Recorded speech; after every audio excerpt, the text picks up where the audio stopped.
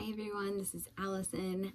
Thanks so much for tuning into my channel. If you're new here, go ahead, hit the subscribe button, and if you're returning, well, welcome back. My channel focuses on my husband and I's journey with trying to conceive, infertility, and now IVF. I do apologize in advance because this update is going to be a little more chaotic than previous ones. I had initially started updating, doing this video update in my car at the clinic, but was interrupted by a neighbor in the car beside me who was literally watching me the entire time. And then I got home, watched part of that back, and started to update kind of where I trailed off there. And it just, I was out of focus in that entire video anyways. These people are such jerks. They were literally just sitting there watching me the entire time. I hate people. I hate people so much. I'll be back with an update in a minute. Video anyways. So we're starting from scratch. Sorry for this mess too, by the way. It's like the only quiet spot in my house right now. Wyatt is doing some schoolwork downstairs on a headset. It's like a Zoom call, but what a day. Anyways, if you saw my stories on Instagram, you saw that I was asking for prayers recently, and they came through. Like, the Lord is very good. It's been a whirlwind of emotions this past week.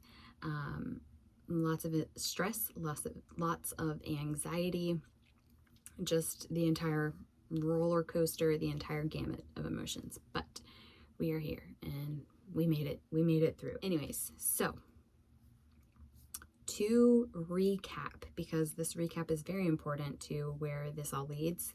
To recap, if you remember the start of our journey, we started trying to conceive in January of 2019 when Wyatt came home from deployment, and I updated my primary care physician that we had been trying to conceive about 6 months into the process. And so he got a jump start on some of like the initial labs, like trying to paint a very small picture of what things might look like for us. And so he started that process for us in about June, July, August of 2019. In November of 2019, he put in a referral for us to be seen by a fertility doctor, and we finally got that referral in and got on the books at a fertility clinic in Tennessee for March of 2020. I think everyone is well aware of what happened in March 2020 on a global scale, but that was not the only interruption that we had. Prior to the entire world shutting down with COVID in March of 2020, Tennessee, Nashville specifically, where our clinic was located, Nashville was hit by a tornado, and it took out power, it took out internet, it took out everything. And so the clinic called me and said, "I'm so sorry, we have to reschedule." And we waited for that rescheduled appointment. I believe it was for like April or May.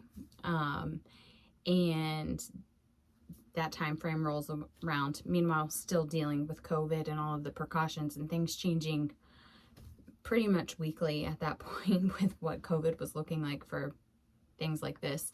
But the April-May timeframe rolls around when they rescheduled our appointment for it, and they called, I think, like 2 days prior to you can see it in some of these videos, my prior videos, but they called and had to reschedule me yet again because the doctor that they had scheduled me with was no longer taking patients on that day that my appointment was scheduled for. So then we were looking at like a July time frame, and if you're aware of what 2020 looked like for us on a personal scale, we were moving in August, and we knew this. So being seen in July just didn't really make sense for us, considering that we were moving less than a month later and we were trying to sell our house. It was just way too chaotic for us to even think about starting in Tennessee then. So we waited until we got to our new location here, and I had to be seen by my new primary care physician, who then had to put in a referral for me to go to a fertility clinic here. That happened in around September of 2020. And then in November, like October, November, I was finally seen by the fertility clinic. Things got rolling with them, and we pursued IUI. And we started that in December of 2020. We had our first IUI cycle in December. I was on Clomid. Because of the holiday, we couldn't be seen in the clinic, so we did a natural medicated cycle at home. January, I believe, was another medicated natural cycle, but February was our first IUI. March, I believe, was another natural medicated cycle, just because we couldn't be seen when the clinic was closed on the weekends, so we couldn't go in, and unfortunately that's when I ovulated. So for most of those natural cycles. So then April was our last IUI. We actually went into the clinic for an IUI. And at that point it didn't work. So we reassessed, took a break. I wanted to give my body a break from hormones, knowing that we would likely pursue IVF. So we took a break until the fall, when we decided that we would march forward with IVF. This was fall of 2021, mind you. Now we have progressed to 2021.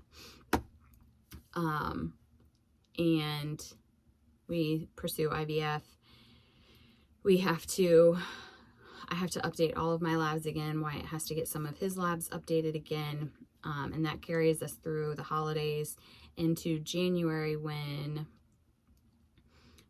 February timeframe of this year. They asked me to report my next few cycles so that they could get me on the books for IVF.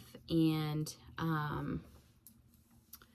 then what? I had to get a saline ultrasound, a few other labs, I believe, and then we could start. And so they put us on the books for May. Obviously it is May, and that's when the rest of this video will pick up. I'm sorry, it's all over the place, but that's when the rest of this video picks up. So as of last night, I got a call from the clinic, well, from the hospital, saying that my appointment in the morning was canceled. And if you know anything about pursuing IVF, things are very time sensitive. The clinic is very regimented.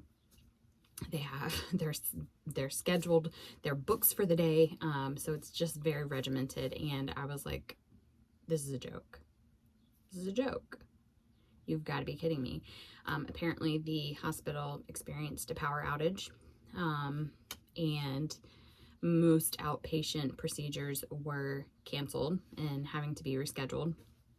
I called my clinic, left a voicemail late last night, and got up this morning with the determination that I am going to go to the clinic anyways, just to see if they're open and see what my next step is moving forward. And so that's what I did. And I get there and the clinic was open. So just in the last 12 hours, huge whiplash of emotions, swinging from one side of the pendulum to the other, and then back again. So here we go. That's kind of where we're at. Still proceeding along. We are looking at a mid-May retrieval, and then late May transfer. So I will keep you updated along the way, but wanted to get this initial video out. So we're in the thick of it.